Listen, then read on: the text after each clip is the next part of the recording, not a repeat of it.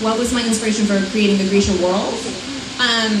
I mean, I guess my question is which part of it? Like, they didn't all come, it didn't arrive fully formed. Like, is there a particular part of the world that's just the whole trilogy?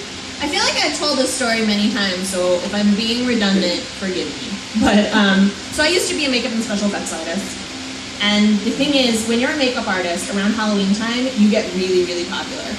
Like people, yeah, like people who are like Facebook friends who haven't heard from in 2 years are like, hey, I really want to be Lady Gaga. Can you come over to my house and make me up for free?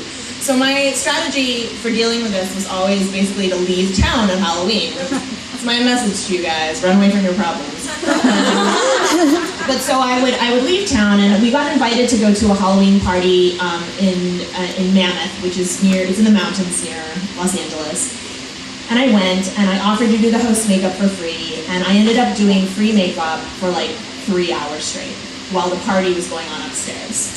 And now I would be like, I would just shut it down. But at the time, I was like, okay, sure, I'll do it. So I came out of this, I was mad, I didn't want to talk to anyone, and the next night they were like, oh, let's go to dinner. I was like, no, you go to dinner. I'm staying here and I'm reading my book. And I was staying in this house all by myself. Everybody had left. And I fell asleep while I was reading my book, and when I woke up, the sun had set, and it was pitch black. Okay, like, I don't know if in LA it never really gets dark. Maybe that's true in Manila too. Like, it always, like, there's like this ambient light. This was country dark, where you cannot see your hand in front of your face. And I'm standing in this house, and I'm completely terrified because I don't know where anything is, and I'm convinced somebody's in the house, that somebody has come in the house and getting ready to, like, murder me. Because that's what they do, they wait for you to wake up. And I was like, I'm just standing there, like, totally freaking out. And when I finally calmed down, I turn on every light in the house, and I check under all the beds and in all of the closets, and I lock every door. And I have this moment where I realize, like, no matter how old you get, no matter how smart you think you are, that fear of the dark never really goes away, right?